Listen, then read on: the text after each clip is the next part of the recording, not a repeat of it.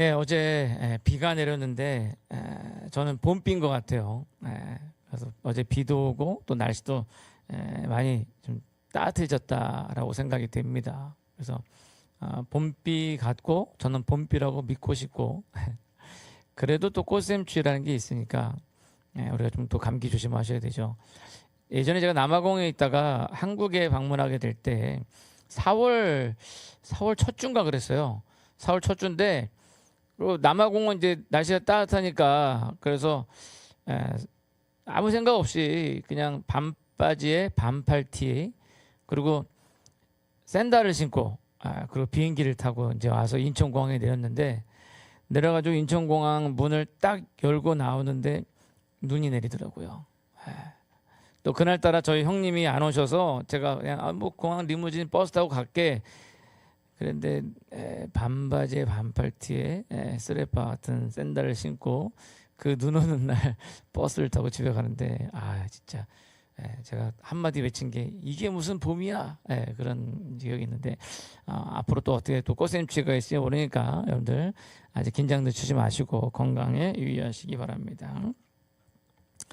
자, 3월이 되면서 봄이 오는 것 같아 저는 참 좋은데요. 또 우리 학생들은 이제 개학이라 또 이번 주부터 학교를 가죠.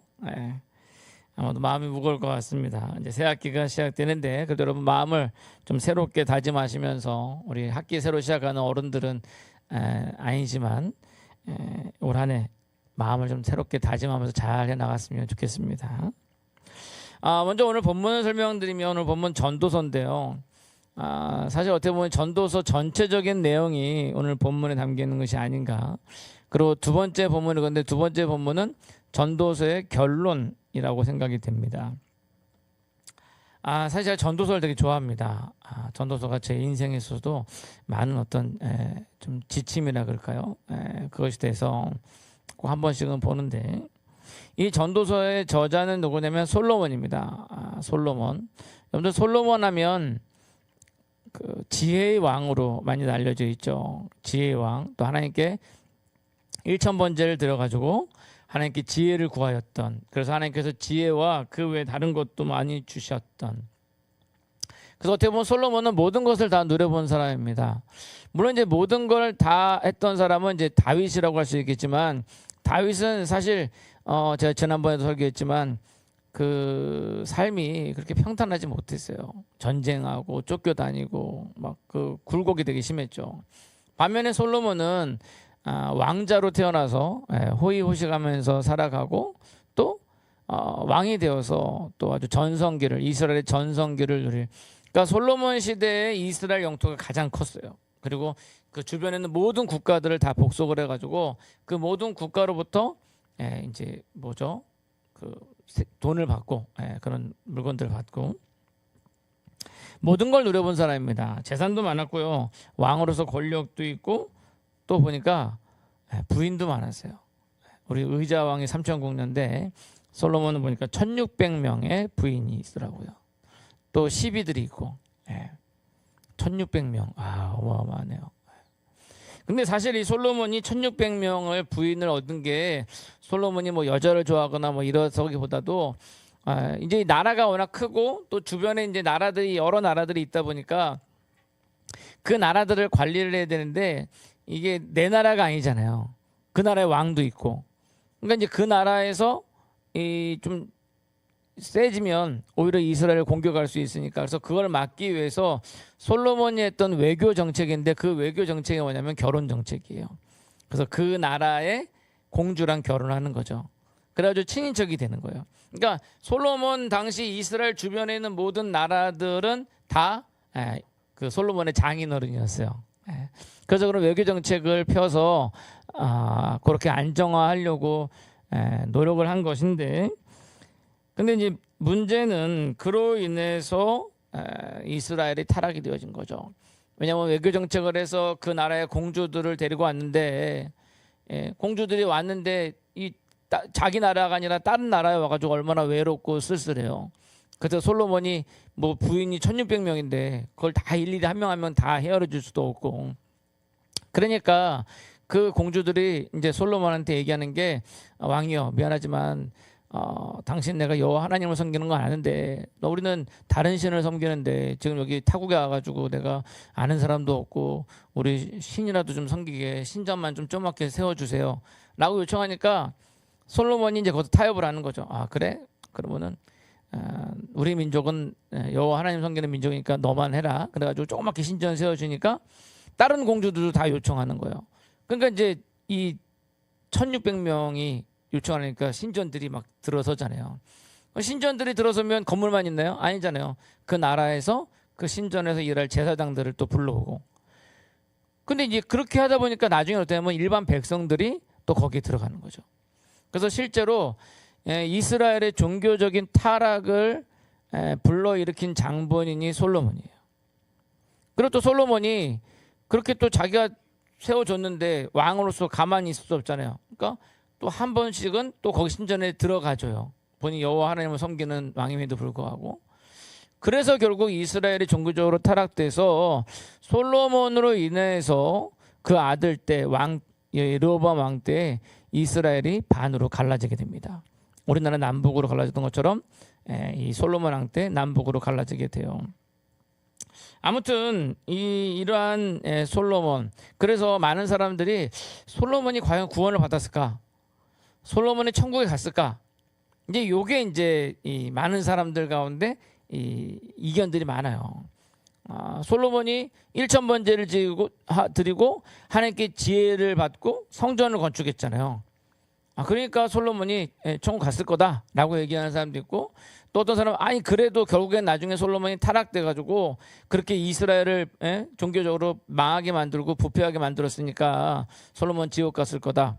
그래서 솔로몬의 그 천국이냐 지옥이냐 이거에 따라서 사람들이 많은 이야기들 합니다. 근데 저는 개인적으로 개인적 의견입니다. 개인적으로 저는 솔로몬이 천국 갔다고 봐요. 왜 그러냐면 솔로몬이 물론 그렇게 타락을 했지만 제가 이제 왜 솔로몬이 천국 갔다고 보냐면 이 마지막 오늘 읽은 이 전도서. 전도서는 솔로몬이 말년에 이제 쓴 거거든요. 이 전도서에 보면 결국은 솔로몬이 이 모든 걸 다 누려보고 모든 걸 다 해봤지만 그 결론이 뭐예요? 헛되고 헛되며 헛되고 헛되니 모든 것이 헛되도다. 그러니까 다 헛되다라고 고백해요. 헤아려서 하는 모든 것이 다 헛되다라고 고백합니다. 그리고 여호와를 경외하는 것이 으뜸이다라고 이야기를 해요. 그래서 제 생각에는 말년에 솔로몬이 회개하지 않았을까.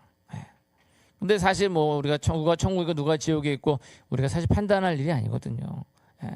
우리가 갔을 때 정말 이 사람이 왜 있지? 하는 사람이 있고 이 사람은 왜 없지? 하면서 놀래고 그다음은 어떻게 내가 여기 있을까? 하면서 놀린다 그러잖아요. 따라서 아무튼 우리가 이제 뭐 누가 천국에 있고 없고 뭐 이거는 속단할 수는 없습니다. 그러나 우리가 그러한 솔로몬의 전도서를 통해서 결국 우리 삶에 있어서 무엇이 중요한가 한번 생각해보는 그런 시간이 되기를 간절히 소원합니다. 자, 먼저 첫 번째로 오늘 본문을 통해서 우리의 삶을 돌아보기를 원하는 것은요, 하나님께서 굽게 하신 것을 인정하고 포기해야 된다라는 거예요. 하나님께서 굽게 하신 것을 인정하고 포기해야 된다. 어떻게 보면 세상은 참 부조리합니다. 그렇죠. 악인들은 돈을 잘 벌고 떵떵거리며 살고 있고요. 의를 지키려고 나는 착하게 살겠다고 양심을 지키겠다고 살게 한 사람들이 참 힘들고 어렵게 사는 것이 많아요. TV를 보면 뭐 어렵게 힘들고 살아도 권선징악 결국에는 막 잘 살게 되고 막 악인들은 망하게 되는 막 이제 영화나 드라마의 결말이 그렇게 되잖아요. 근데 그건 영화나 드라마고 현실은 그렇지가 않아요. 우리말에 욕을 많이 먹으면 장수한다라는 말인데 그래서 그런지 몰라도 김일성이 참 장수를 했어요. 욕을 많이 먹어서 그런 것 같아요. 남쪽에서 무수한 욕을 먹었는데 장수하고요 잘 살았잖아요. 아주 그 나라의 왕으로서 북한의 왕으로서. 그리고 지금 3대째 먹고 있잖아요. 3대째. 김일성, 김정일, 김정은. 94년도에 김일성이 사망했는데 82세의 나이로 사망했대요. 뭐 또 그 아들 김정은은 70세의 나이로 사망했다고 그러더라고요. 그러니까 지금 뭐 100세 시대, 뭐 지금 시대로 보면 뭐 그렇게 장수한 건 아니더라 할지라도 뭐 그래도 살 만큼은 사는 것 같아요. 뭐 그렇게 막 부귀영화를 누리면서 뭐 할 거 못할 거 다 해보면서 그러면서 사는 것 같아요. 그리고 지금도 뭐 동상 세워놓고 뭐 난리잖아요. 그런 걸 보면 이 세상이 참 부조리하고 의롭지 못한 것들이 너무 많아요. 근데 이런 거에 민감한 사람은요, 이런 꼴 저런 꼴 보기 싫다고 칩겨하는 경우도 있어요. 아이고 세상 뭐 다 뭐 더럽고 이거 뭐 내가 이런 꼴 저 꼴 보기 싫으니까 나는 자연인으로 살란다. 산에 들어가가지고 말해요. 그렇게 사는 사람도 있습니다. 근데 오늘 본문에 전도서 7장 13절의 말씀을 보면요, 한번 다 같이 읽어보겠습니다. 13절 다 같이 읽겠습니다. 시작. 하나님께서 행하시는 일을 보라. 하나님께서 굽게 하신 것을 누가 능히 곧게 하겠느냐. 여기 보니까 하나님께서 굽게 하신 것을 누가 능히 곧게 하겠느냐. 즉 하나님께서 굽게 하셨다는 거예요. 어떻게 보면 이 세상의 이 모습들, 막 부조리하고 막 죄인들도 있고 악인들이 잘 살고 막 이런 모습들, 하나님께서 허용하지 않으면 다 안 되는 거잖아요. 모든 만물을 주관하시는 분이 하나님인데 하나님께서 그냥 놔두지 않으셨으면 결국 그들이 그렇게 살 수 없다는 거죠. 하나님께서 굽게 해놓으신 거를 우리가 불평불만을 하고 있을 필요가 없다는 거예요. 그거를 막 저걸 무조건 굳게 해야 돼. 막 제가 자주 쓰는 사자성어가 있는데 교각사로라는 말, 자주 써 여러분들 다 아시죠? 굽어 있는 솥불을 핀다고 소를 죽인다라는 말인데, 세상을 볼 때 너무 민감하게 보면요, 본인만 힘들어요. 우리가 조금 둔감할 필요가 있어요. 예전에 제가 집에 있는데 창틈 사이로 빛이 이렇게 쫙 비춰지더라고요. 여러분들 아침에 일어나면 창틈 사이로 빛이 쫙 비춰지죠. 근데 문제는 뭐냐면 빛이 쫙 비춰지면서 뭐가 보이냐면요, 먼지들이 아주 그냥, 여러분들 경험해 보셨죠? 빛이 쫙 비춰지는데 거기 보면 먼지들이, 그걸 보면서 내가 지금 저 먼지를 다 먹고 있는 거 아니에요? 내가 숨 쉴 때마다 저 먼지가 내 코로 다 들어가는 거 아니에요? 그렇게 먼지들 보고 있으면 아이고 어떻게 숨 쉬어? 그래요. 그럼 어떤 먼지들 보고 있으면 막 어떻게 내가 숨 쉬어야 되지 걱정돼요. 근데 대기 중에 먼지들은 항상 있어요. 지금 여러분 눈에 안 보여서 그렇죠. 지금도 먼지들이 있어요. 그러니까 좀 몇 분 아까 콜록콜록 하신 분도 있는데, 그렇다고 해서 우리가 먼지를 많이 일으키라는 얘기는 아니지만 아무리 청소하고 해도 먼지는 있어요. 그 적당량 우리가 먹어가면서 살아가고 있습니다. 아무 먼지 없는 그런 공간은 찾을 수가 없어요. 그래서 우리는 먼지를 볼 것이 아니라 빛을 봐야 된다는 거예요. 먼지를 무시하고 저 먼지들 이럴 게 아니라 그 환히 비춰지는 그 빛을 바라보고 그 밝은 빛을 주신 하나님께 감사해야 된다는 거예요. 아주 맑은 물에는 물고기가 살지 않는데요.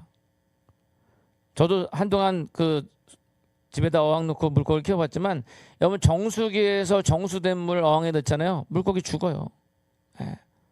왜냐면은 그 물 속에 있는 정말 그 먼지라고 생각되지만 그런 것들을 먹고 살아야 되기 때문에.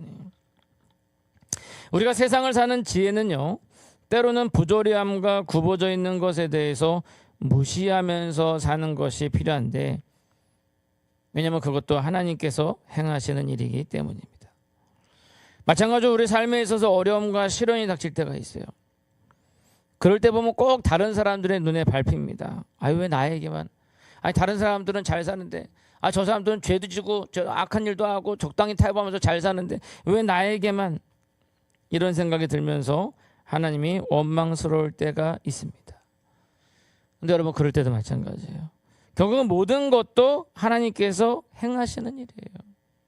주저앉아 있을 필요가 없습니다. 단지 하나님의 일에 순응하면서 하나님의 뜻을 기다리는 거죠. 세상 만사 세웅지 마라는 이야기를 많이 하는데, 인간사 세웅지 마. 그렇게 기다리고 있다 보면 결국 선하신 하나님의 뜻대로 되어지는 것이 이 세상입니다. 여러분, 우리가 여러 가지 일들이 있겠지만 그런 것들에 휘둘리지 마시고, 그것도 결국 하나님께서 행하시는 일이다, 하나님의 뜻이다 인정하시고 인내하고 기다리는 가운데 하나님의 선하신 뜻이 여러분들 가운데 이루어지기를 간절히 소원합니다. 자, 두 번째로 오늘 본문을 통해서 우리가 알아야 할 것은요, 바로 지혜가 멀리 있어도 우리는 지혜를 붙잡아야 한다. 지혜가 우리를 멀리하여도 우리는 지혜를 붙잡아야 된다라는 겁니다. 이건 어떻게 보면 방금 말씀드린 것과 반대 방향 같아요. 방금은 제가 여러 가지 힘들고 어렵고 그래도 하나님께서 그렇게 하신 거지 하면서 인내하라. 약간 수동적인 거죠. 그냥 있으면 되는 거예요. 수동적으로. 버티면 돼요. 근데 지금 말씀드린 거는 수동적인 게 아니라 능동적인 거. 왜냐하면 지혜가 나를 멀리해도 하나님이 나를 멀리해도 우리는 하나님을 쫓으라는 거예요. 인생에서 수동적이지만 하나님 말씀에 있어서는 능동적이 되라라는 거예요. 즉 세상에는 눈 감고 영적인 눈을 뜨라는 거예요. 수동적으로 그렇게 하지만 그러나 하나님의 지혜를 찾는 데 있어서는 능동적이 되어야 된다. 하나님의 말씀을 쫓는 데서는 능동적이 되어야 된다는 거예요.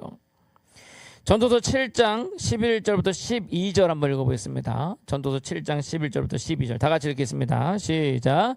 지혜는 유산같이 아름답고 햇빛을 보는 자에게 유익이 되도다. 지혜의 그늘 아래에 있음은 돈의 그늘 아래에 있음과 같으나 지혜에 관한 지식이 더 유익함은 지혜가 그 지혜에 있는 자를 살리기 때문이니라. 왜 우리가 지혜를 쫓아야 되냐? 그 지혜에 있는 자를 지혜가 살리기 때문이다. 그러니까 생명의 방법이 있는데 저게 멀다 그래서 저게 나를 멀리한다 그래서 여러분 안 쫓아가고 가만히 있을 거예요? 아니잖아요.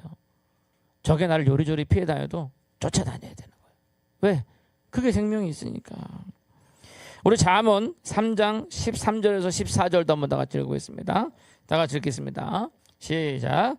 지혜를 얻는 자와 명철을 얻은 자는 복이 있나니 이는 지혜를 얻는 것이 은을 얻는 것보다 낫고 그 이익이 정금보다 나음이니라. 여러분 돈 버는 것보다요 지혜 얻는 게 낫다는 거예요. 돈은 벌어도요 또 금방 쓰게 돼요. 그렇더라고요. 여러분들 수입이 늘어나면 풍족해질 것 같죠? 수입이 늘어나면 늘어난 대로 지출도 늘어나요. 결국 중요한 건 뭐냐? 지혜라는 거예요. 우리 이 시간 동안 잠언 8장 1절에서 4절도 한번 읽어보겠습니다. 잠언 8장 1절 4절 다 같이 읽겠습니다. 시작. 지혜가 부르지 아니하느냐 명철이 소리를 높이지 아니하느냐 그가 길가의 높은 곳과 내 거리에 서며 성문 곁과 문 어기와 여러 출입하는 문에서 불러 이르되 사람들아 내가 너희를 부르며 내가 인자들에게 소리를 높이노라. 즉 지혜가 우리를 멀리하는 게 아니라 지혜가 우리를 부른다는 거예요. 즉 뭐냐면 우리가 막 지혜를 막 찾으려고 도망다니는 게 아니에요. 지혜가 도망다니는 게 아니에요. 오히려 지혜가 우리를 부른다. 하나님의 말씀이 도망다니는 게 아니에요. 오히려 하나님의 말씀이 우리를 부른다는 거예요. 우리가 능동적으로 열심히 찾아야 된다는 거예요. 우리 잠언 8장 17절도 한번 읽어보겠습니다. 다 같이 읽겠습니다. 시작. 나를 사랑하는 자들이 나의 사랑을 입으며 나를 간절히 찾는 자가 나를 만날 것이니라. 그러잖아요. 나를 간절히 찾는 자가 나를 만날 것이다. 하나님을 간절히 찾을 때 만날 수 있어요. 하나님의 말씀을 열심히 읽고 지켜 행하려 할 때 그것이 지혜를 갈급하는 것이고 그로 인해 하나님을 만날 수 있고 생명을 얻을 수 있고 그것이 인생의 진정한 보람이 될 수 있다라는 겁니다. 그러니까 인생의 보람이 여기 있다는 거예요.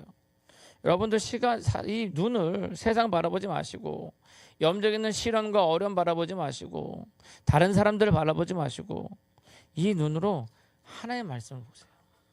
네. 그러면 다른 문제들이 다 풀리는 거예요. 아까 제가 말씀드렸죠. 빛이 비춰지는데 먼지 보고 있으면 아이고 어떻게 숨 쉬어. 먼지를 보지 말고 빛을 보시라니까요. 하나님께서 엄청나게 비춰주는 그 빛이 뭐예요? 말씀이잖아요. 주의 말씀은 내 발의 등이요 내 발의 빛이니이다. 바라긴 쓸데없는 세상 걱정 근심 그것으로 인해서 마음 상하고 몸 상하지 마시고 오직 하나님의 말씀에 집중하고 그것에 힘쓰므로 인하여서 지혜를 얻으시고 하나님 만나시고 영원한 생명 얻으시기를 간절히 소원합니다. 자, 마지막 세 번째로 이 모든 일들로 인해 하나님께서 심판하신다는 것을 잊지 말아야 한다라는 거예요. 사실 이것이 전도서의 결론이에요. 전도서 쭉 읽으면 제일 마지막에 이게 결론이에요. 우리 마지막 절 12장 13절 14절 다시 한번 읽어보겠습니다. 다 같이 읽겠습니다. 시작. 이래 결국을 다 들었으니 하나님을 경외하고 그의 명령들을 지킬지어다. 이것이 모든 사람의 본분이니라. 하나님은 모든 행위와 모든 은밀한 일을 선악간에 심판하시리라. 자, 여기 일의 결국을 다 들었으니, 일의 결국을 다 들었으니 뭐냐면 지금 전도서 1장부터 12장까지 쭉 얘기하고 난 다음에 자, 이제 다 얘기했죠. 제가 이거 다 얘기했으니까 이제 여러분 뭐요? 하나님을 경외하고 그의 명령들을 지킬지어다. 이것이 모든 사람의 본분이니라. 그러니까 세상 모든 거 다 헛되고 헛되며 헛되고 헛되도다. 헤아려서 수고하는 모든 것이 다 헛되도다. 이 말을 뭐 우리 저기 호근이가 했다든지 우리 현정이가 했으면 우리가 조그만 게 말이야 뭐 이렇게 하죠. 또는 뭐 제가 얘기했어도 좀 덜 되는데 모든 걸 다 누려본 솔로몬이 한 거잖아요. 안 해본 거 없고 다 가져본 솔로몬이 헛되고 헛되며 헛되고 헛되니 모든 것이 헛되다라고 얘기하잖아요. 그러니까 이 말이 얼마나 비중이 있어요. 그리고 그렇게 헛되다라고 얘기하고서 뭐예요? 정말 참된 것은 하나님의 말씀이다 라고 얘기하는 거잖아요. 그러면서 이 모든 일을 다 얘기했는데 이 모든 일로 인하여 하나님을 경외하고 그의 명령들을 지킬지어다. 이게 모든 사람의 본분이에요. 이게 여러분들의 본분이라는 거예요. 그리고 이 본분을 지켜야 되는 이유가 뭐냐? 14절에 하나님 모든 행위와 모든 은밀한 일을 선악간에 심판하시리라. 여러분 세상에서 정말 중요한 게 뭘까요? 돈일까요? 친구일까요? 가족? 건강? 뭘까요? 전에도 자주 말씀드렸지만 게임 좋아하는 학생들은 게임 속의 캐릭터를 가장 소중하게 여깁니다. 아까 우리 예배 시간 전에도 장로님들이랑 아이들이 게임에 빠져가지고 막 그런다고 얘기를 했는데 예전에 제가 대학 시절에 과외를 했어요. 영어랑 수학을 과외를 했는데 그때 중학교 3학년 친구 과외를 했는데 이 친구가 공부를 잘 못했어요. 그래서 그 친구를 이제 영어 수학을 가르쳐 주면서 그러면서 이제 먼저 좀 이렇게 좀 친해지려고 그 아이의 관심사에 대한 걸 얘기하다 보니까 게임 얘기가 나오더라고요. 그때 당시에 리니지라는 게임이 한참 유행했는데 뭐 어른들도 했어요. 이게 얼마나 유행했냐면요. 어른들이 이거 게임한다고 PC방에서 일주일 동안 밤새도록 라면만 먹고 그렇게 하다가 죽었어요. 신문에 났습니다. 정말로 그렇게 죽었어요. 그 정도로 중독성이 강한 게임인데 근데 이제 이 친구가 그 게임을 오래 해가 좀 레벨이 좀 있더라고요. 근데 이 중학교 3학년짜리는 저한테 얘기해 주는 거예요. 뭐냐면 그 게임 하다가 제가 그 투명 망토라고 하는 그 아이템이 있는데 이게 되게 그 레어한 희귀한 아이템, 얻기 힘든 아이템인가 봐요. 근데 이 친구가 잘못하다가 실수로 죽는 바람에 이 투명 망토를 떨궜어요. 잃어버렸어요. 근데 그 친구 하는 말이 자기가 자기 할머니 돌아가셨을 때도 안 울었대요. 근데 그때 엉엉 통곡하면서 울었다 그러더라고요. 아마 우리 어른들은 이해가 안 될 거예요. 근데 우리 학생들은 이해할 수 있을지 모르겠어요. 그 투명 망토가 그때 당시에 현질로 팔면 한 150만 원 정도 받을 수 있는 그러니까 그때는 그 게임 속의 아이템을 누구한테 팔 수도 이게 현재로 이렇게 팔 수도 거래할 수 있는 그런 시스템이었거든요. 그러니 엉엉 울었대요. 근데 우리가 보면 아이고 그 게임 속에 있는 거 그 인간이 만들어 가지고 가상애로 있는 건데 그거 잃었다고 왜 울었을까 막 우린 생각되잖아요. 근데 걔한테는 그게 그렇게 정말 할머니보다 더 소중한 거예요. 근데 어떻게 우리가 정말 중요하다고 여기는 거 돈, 명예, 뭐 권력 뭐 이런 거 있잖아요.